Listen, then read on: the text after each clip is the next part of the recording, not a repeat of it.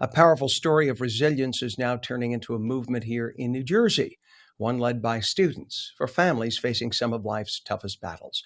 Are You for a Cure, as in Are You for a Cure, is a growing initiative out of Rutgers University, raising money and awareness for pediatric cancer with a big goal this year. $100,000 to support families through the Tom Coughlin Jay Fund.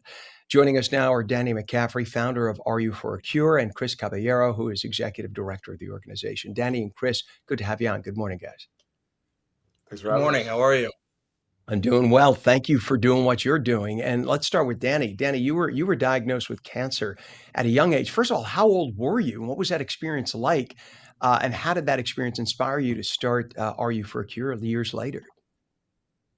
Yeah, so when I was first diagnosed, I was actually 7 years old. I had a small bump on my neck that wouldn't go away. I went to one doctor, a second doctor. Finally, after a third opinion, it was deemed cancerous.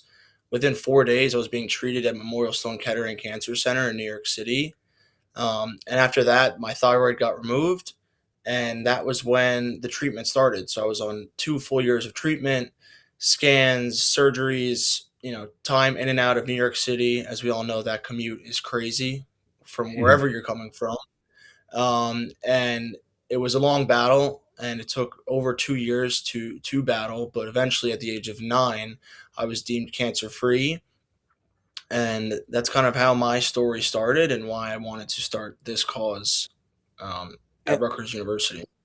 And so a 7-year-old should be playing with games and toys and hanging out with friends, and you were instead having to dedicate your life. I'm assuming, did you do chemo and radiation?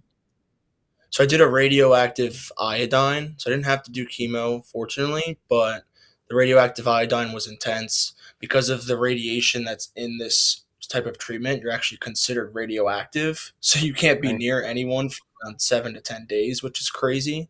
So I was doing quarantining before quarantining was cool, to be honest.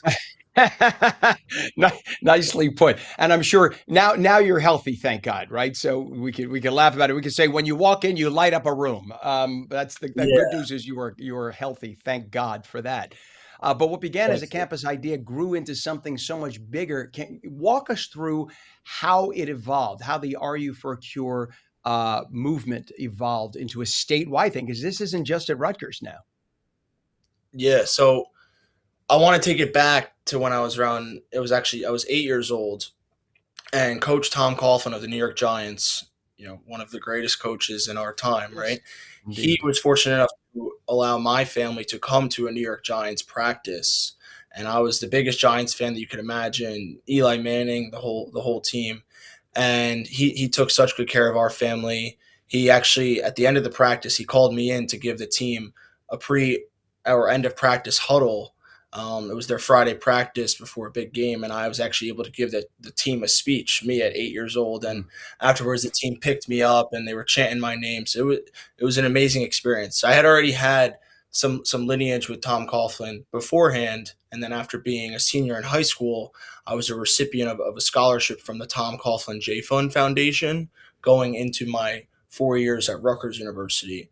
So after receiving that scholarship from the Tom Coughlin Jay Fund, once I got to Rutgers University, I was very motivated to give back because I was fortunate to be going to college in part because of them. So it's like, what can I do to help them? Because all they're trying to do is help other families battling cancer, paying for medical bills, utility bills, Wi Fi, anything of that sort, food. And I was very inspired and motivated to give back. Well, and by the way, Cris, it's a good thing that Coughlin didn't know Danny was a Patriots fan at the time, huh? Just kidding, just kidding. No, I'm guessing you're a lifelong Giants fan now. God bless Mr. Coughlin. Coach is just an amazing human being, just unreal. Now, Cris, from your point of view as executive director, what's it been like to help scale this effort and bring more students and communities into the mission? I would guess that when people hear the story, it's hard for them to say no. Absolutely. So for us, going back to what Danny said, when we started at Rutgers University 3 years ago, we partnered up with local businesses and students. So what we would do is we would sell wristbands for $10, which gave Mhm. students exclusive discounts to businesses across campus.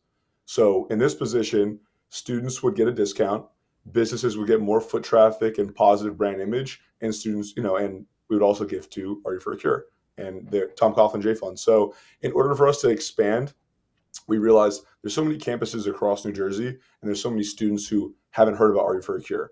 So we decided to utilize social media and create content to be able to really push what we're doing to these different campuses and partner up with groups of students. And we have team leads at each of these campuses, and we organize big events. And we've been able to, so far, raise over $30,000 in just a couple months. That's awesome. And it's brilliant. And you're right. It is a win-win-win. Everybody wins along the way. And the people who, hey, $10 today is like you walk into a candy store, whatever. You walk into a stationery store, you buy whatever. You can. I'm showing my age by calling it a stationery store. But that's and $10 anybody spends in a second. So to give $10 for something like a wristband, you're doing a good thing. You feel good about yourself. You're helping kids out in the process. The store makes out everybody's happier. And you're aiming now. You've already gotten $12,000 raised, and you're aiming at 100,000. So what's driving the growth, and how are you helping build momentum more this year?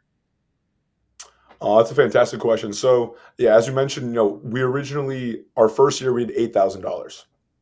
And then as we implemented new tactics of putting on more tables around campus, partnering up with more businesses, speaking at events with Greek life and athletes across campus, we were able to raise $12,000 last year.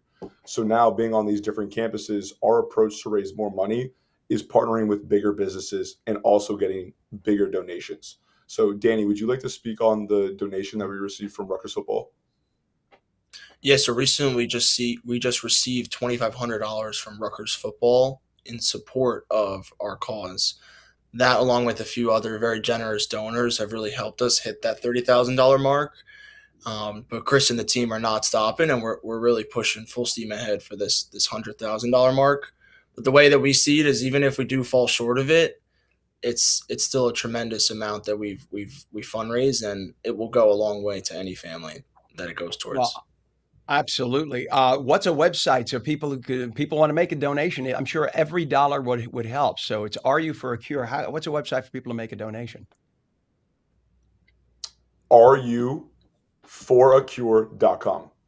And So through it's the that, you can letters click the Are link. You. And yes, RU as in Rutgers University, but play on words for RU. But areyoforacure.com, and we have a link straight to our donation page. I love it. Danny McCaffery, founder of Are You for a Cure, Cris Caballero, executive director, two awesome men. And God bless you for what you're doing. May you have nothing but success in helping others. Thank God you're a healthy man there, Danny. Also, it's great to have you both on. Come back and let us know how things work out, okay? Thank Will you so do. much. Thank you for having. Thank you, guys.